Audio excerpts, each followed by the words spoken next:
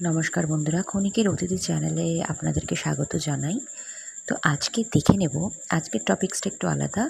আপনার special person আপনাকে কি বলতে চাইছে।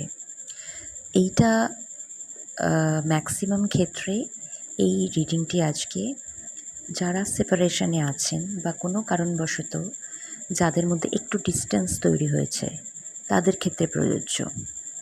যে কোনো ধরনের সম্পর্কের ক্ষেত্রে হতে পারে, ঠিক আছে? যে কোনো ধরনের রোম্যান্টিক ইন্টারেস্টও হতে পারে, প্ল্যাটনিক হতে পারে, বন্ধু বান্ধব, আত্মীয় স্বজন, ভাই বোন, মা বাবা, যে কেউ, ঠিক আছে? তো আসুন দেখে নেওয়া যাক। আচ্ছা, so many things remind me of you.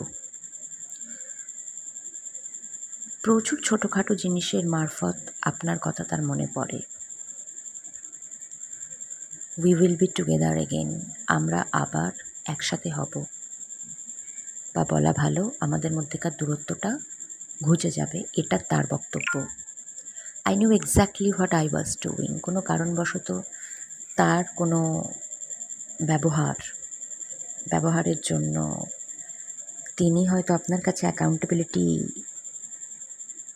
ওভাবে অ্যাকনলেজ করেননি, কিন্তু উনি নিজের কাছে করেছেন।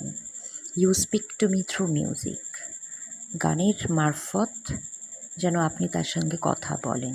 I left you before you could leave me. ওনার মনে হয়েছে যে আপনি হয়তো ওনাকে ছেড়ে চলে যাবেন, তাই উনি আগেই আপনাকে ছেড়ে চলে গেছেন।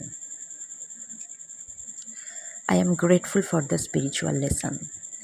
তো এটার মারফত যে স্পিরিচুয়াল লেসনটা ওনার জন্য প্রযোজ্য, সেটা উনি লাভ করেছেন বলে উনি মনে করছেন। I am afraid to contact you.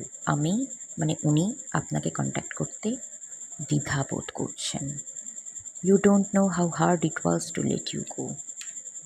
আপনাকে লেট গো করতে ওনার কতটা কষ্ট হয়েছে এটা আপনি বুঝতেও পারবেন না, এরকম ওনার ধারণা। তো আজকের জন্য এটুকুই, আবার পরে দেখা হবে।